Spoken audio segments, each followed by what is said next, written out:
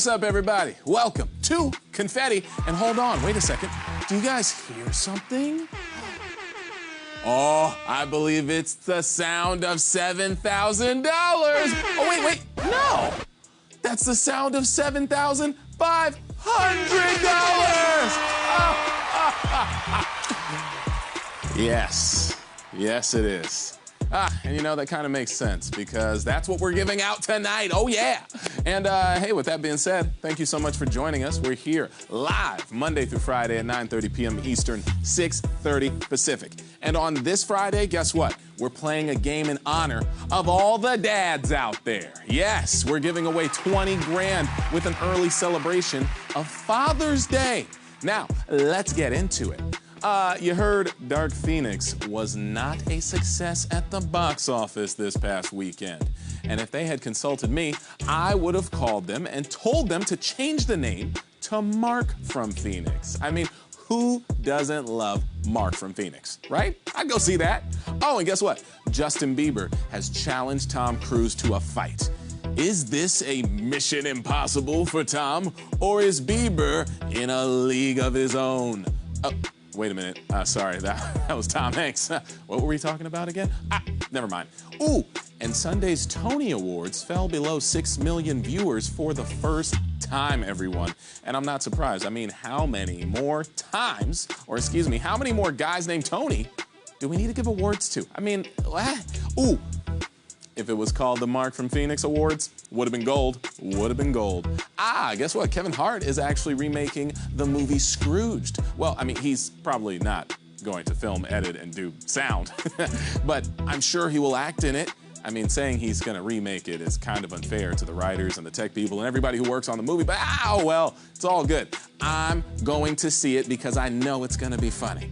And last but not least, Denzel Washington was given an AFI Lifetime Achievement Award. Yeah, you know, I'm kind of surprised they don't just give him one after every movie he makes, because Denzel is amazing.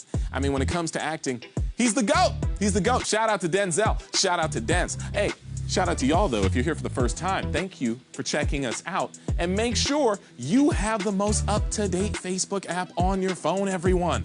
Now, if you're still glitching, try switching from data to Wi-Fi.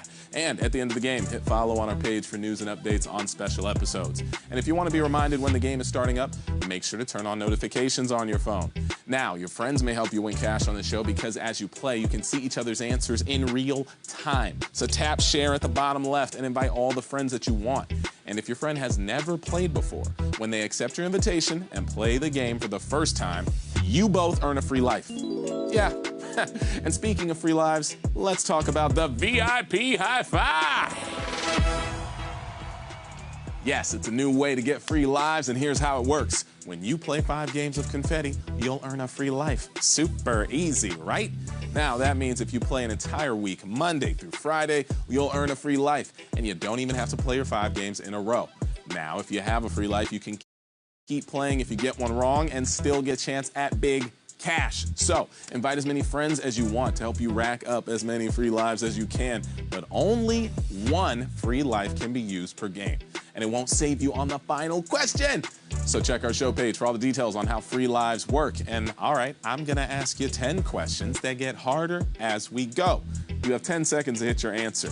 Get all 10 right and you'll get a share of the cash prize. And tonight's cash prize is $7,500. Woo!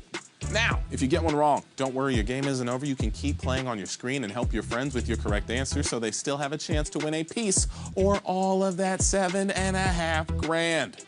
And after tonight's show, we'll be giving out a confetti clue in our Confetti official fan group. Yes, so check it out after the game and join the group, why don't you? And with that, let's go to the chat and see what's going on. Hey, we got Charles in the house who says, "Hi, I'm starting to learn about this game." Hey, I'm JD, Charles. Welcome, and thank you for playing. We have Emily here who says, "Want to win some money?" Hey, we got Kathy in the chat who says, "JD, I need a shout out to my little sister, Lisa. She's been playing and hasn't had a shout out." Lisa and Kathy, ladies, how you doing? Shout out to you guys. Shout out to y'all. We got Tracy here who says, "JD, you should have an early bird show twice a week." Maybe. All right, we got Evangelist, I want to say, or Evangelist, or Evangelion. It's an anime. Never mind. Hey, Mr. JD. Shout out to, I said it wrong too. Hey, Mr. JD. Shout out to first-time players, 2 first-time players. Oh, great. There you go. Joanne's in the chat and says, "Good evening to everyone and JD." Here from Colorado. Hello, Joanne. How you doing? Good to see you. Lori's in the chat and says, "Hello from Upper Michigan." We got Courtney here who says, "Shout out to my husband, handsome boyfriend." Husband and handsome just flipped through my head right now. But handsome boyfriend named Marcus. Marcus, Courtney, shout out to you too. Hey, MR is in the chat and says, "Team roll call's here. Y'all ready to confetti? Let's get it." Team roll call. Thank you for being here. We got Zaina here who says it says, "Show me the money." That's just, I don't know why these words don't look like words anymore. But we have Jarvis in the chat as well who says, ready for my piece of the pie, JD. Jarvis, keep on playing. Let's do this. We got Bridget here who says, I need friends to help me win. Any volunteers? Lauren's in the chat as well saying, if you know the answer, press it quickly. I can have my dumb moments and I'm broke. Oh, Joy Lynn is in the chat saying, hi, JD. Hope I win tonight. Be my lucky charm and say hi back. Joy Lynn, hey, lucky charm. All right, David is in the chat and says, much love to those who still show warmth and kindness. David, so passionate, so bold. Thank you. And we got Carmony in the chat who says, JD, wish me good luck. I have my citizenship test Thursday. Carmony, hey, congrats and good luck to you. We have a congratulations to Jeremy and Selena, who only missed last night's game because they found out they were having a baby boy. Hey, congratulations. Darlene is also here and says, Palm Springs, California is 112 degrees out right now. I'm inside playing confetti and chilling by myself. Yes, it is very hot, everybody. Keep cool. We have Haneen in the chat who says, I love your outfit today, JD. Thank you, Haneen. I like it as well. We got a shout out to Angela who's in the hospital. Hey, hope you feel better. Sophia is here and says, Dark Phoenix was badass. Go see it. I liked it. I saw it this past week. It was pretty good. I'm not a critic, though. We got Francis in the chat also who says, playing with my grandson, Trey. He's going confetti now. Oh, great. Get the grandkids in here. And I think last but not least, we have Renee who says, a sweet shout out to everyone who loves this game. Here we go. All right, well, cool. With that, let's get ready to confetti. Here is your first question. Which of these is a chewy ring-shaped bread often served with lox and cream cheese? Beagle, bugle, or bagel? Now, in case you didn't know, lox is a type of smoked salmon, everyone. Not to be confused with The Lox, you know, the Rough Riders rap group. I heard Jadakiss loves smoked fish, and that's how they got their name.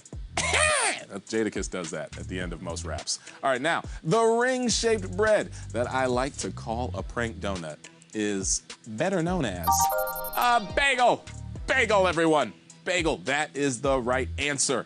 Nice. How many players got that correct? Ooh, 21,324 players got that first one right, which is going to bring us to question number 2.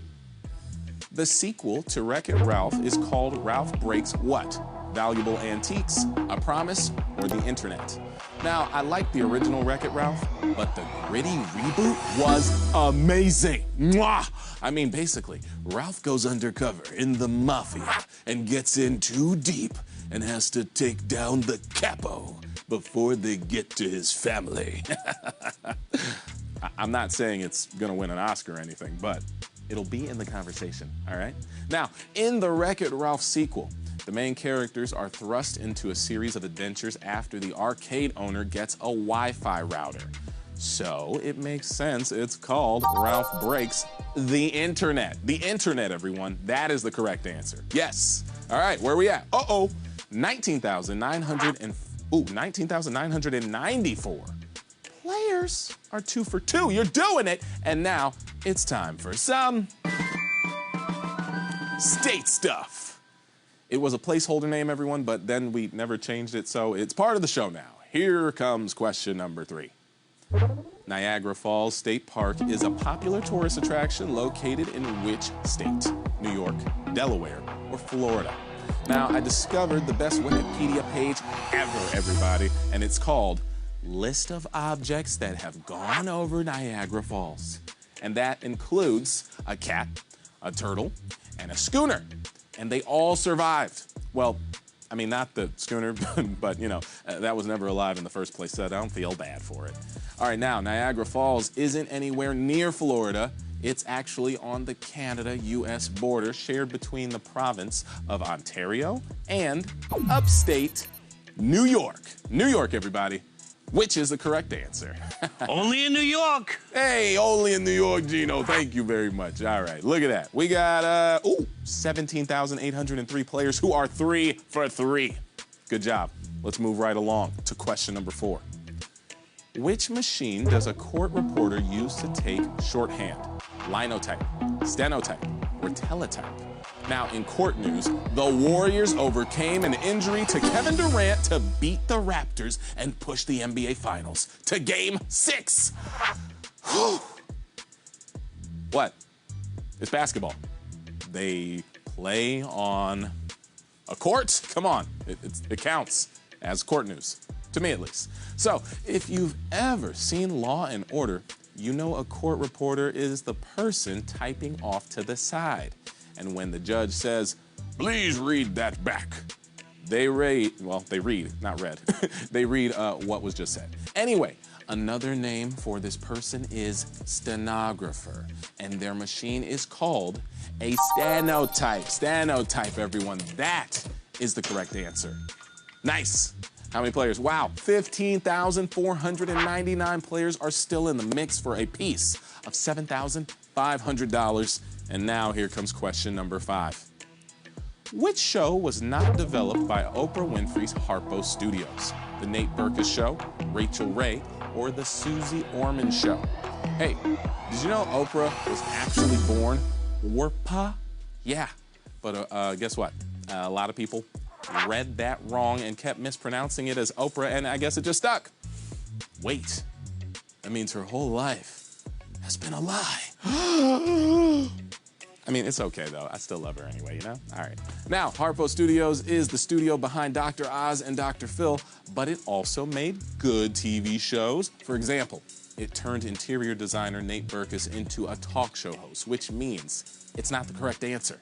The confetti clue, though, that we posted said, if you need help on the Oprah question, think SOS, as in the Susie Orman Show, everyone. The Susie Orman Show, that is the correct answer. Also, Rachel Ray was developed by Harpo. Yeah, now, we're halfway done, and we've got 11,593 players who are still in it to win it. What is next up? Question number 6, here we go. Rodin's famous sculpture, The Thinker, has his head posed how? Forehead on clenched fist, chin on clenched fist, or neither? Now, Jeff Koons recently set the record for most expensive work by a living artist sold ever at an auction at over $91 million. It's a sculpture of a rabbit, and it's called, get this, wait for it, Rabbit. Yeah, you know, someone dropped almost $100 million on your sculpture, bro, and that's your title? It's lazy, dude. It's kind of lazy. All right, so back to Rodin's Thinker. Well, in the sculpture, the man is posed leaning forward while seated, kind of like this, in a way.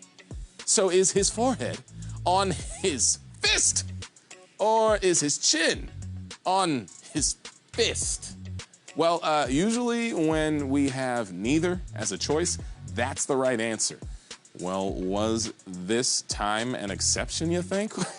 Well, no, it wasn't actually. Neither is the correct answer, everyone. Neither. Now, let's check out that sculpture, shall we? Ah! See? His hand isn't clenched into a fist at all. His fingers are pointed toward his chest while he sits. So weird. All right, but I'm sure you got that. You all know fine art. And with... It's a party foul. Why? Oh, damn! Is this not how you play Confetti? Do you not play while thinking like the thinker? On your phones? Yeah. All right, well, hey, it's all good. Share those answers with your friends, your family, your loved ones, those that are still in the game, maybe your teammates, or a free life could have saved you just now. But all right, we are down to 4,921 players who are 6 for 6 and are moving on to a video question. Check it out. Oh, yeah, hey, you cut that soap. Ooh, why is this so oddly satisfying? I could watch these hands cut soap all day, but it seems that we have to get on to the next question. Okay, so here it is. Question number 7. Caleb Johnson renamed his company for its flagship soap that featured which 2 key ingredients? Olive oil and palm oil, lemon peel and lime peel, or frankincense and myrrh? Now, the weirdest soap I found when I Googled weird soaps was bacon soap. Yeah, apparently it makes you smell like bacon. I don't know why I said apparently. I mean, that's of baking soap. To win, you should $1 bar frankincense and myrrh-infused soap. But those old spices were not part of Mr. Johnson's original recipe. Citrus fruit peel is also known as zest, everyone, but the answer to this one is all about the brand palm olive, which means olive oil and palm oil is the correct answer. Yes, that is it. I hope you got it. Let's see where we're at. Oh, 3,267 players are perfect through 7 questions. But this next one's gonna be out of this world. Yes, it's all about outer space. Here it is. Question number 8. Who did not propose a heliocentric model of the universe? Aristarchus of Samos, Copernicus, or Ptolemy? Aristarchus of Samos. Words, man. Hey, speaking of space, Jeff Bezos launched over 3,000 satellites to help get broadband internet everywhere. That's really good. I mean, it's amazing. There's nothing worse than going into space and not being able to check your fantasy football team. I mean, come on. What are we, barbarians? All right, so a heliocentric model of the universe refers to the theory that the planets revolve around the sun. That turns out to be true if you believe in science and facts and indisputable physical evidence, I guess. But look, Copernicus proposed a heliocentric theory, and almost 2,000 years earlier, so did Greek astronomer Aristarchus. Got it. Which means Ptolemy. Ptolemy is the correct answer, everyone. Yes, he believed in a geocentric model, that the sun revolves around the Earth. Yeah. And I kind of feel like Ptolemy and Kyrie Irving would really get along. I mean, I don't know. I think Kyrie's a flat earther. I'm not sure. Hey, we have got 2,037 players who are 2 questions away from some real American tender, and it's time for question number 9. One of the events in U.S. horse racing's Triple Crown was named for which of these? A winning horse race, a variety of grass, or a local department store? Now, they should have one day a year where horses get to ride the jockeys. I mean, don't you agree? It's only fair. Some pretty famous horses have been tweeting about it on horse Twitter. I'm just saying, hey, hashtag take back the saddle. All right, now, the 3 events on the Triple Crown are the Kentucky Derby, Preakness Stakes, and Belmont Stakes. The Kentucky Derby is named after the state of Kentucky. Shocker. And the Belmont is named after a person named August Belmont. So, this answer is all about the Preakness. Was Preakness a winning horse, a type of grass, or a Baltimore department store? Well, back in 1873, the governor of Maryland named the race after Preakness, the colt. So the correct answer is a winning racehorse, everyone. A winning racehorse. Yes. Good job. Where we at? Oh, 1,058 players are 9 for 9. There's $7,500 on the line, y'all. But first, you gotta take down the final question!